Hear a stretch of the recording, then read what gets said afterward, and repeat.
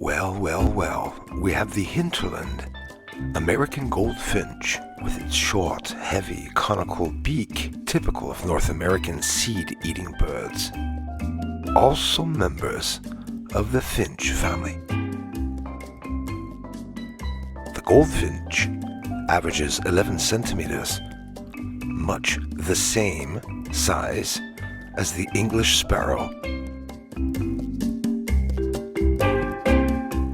In spring, the birds molt and shed all but the black wing and tail feathers, and the bills of both sexes turn orange.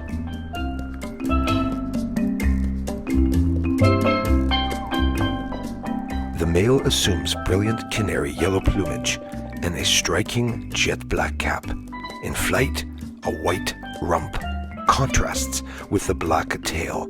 The summer female is olive yellow, with a bib of yellow in her neck and breast.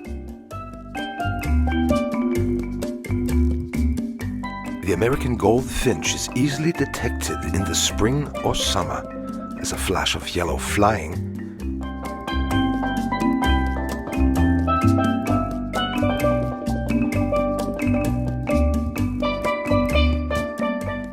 And finally, the blue jay occurs from southern Canada, including the southern areas and provinces of Alberta, eastward to Quebec, and throughout the Atlantic provinces, and throughout the eastern and central United States, from south to Florida and northeastern Texas. Birds fluff their feathers for several reasons. The most common reason is to stay warm in the winter.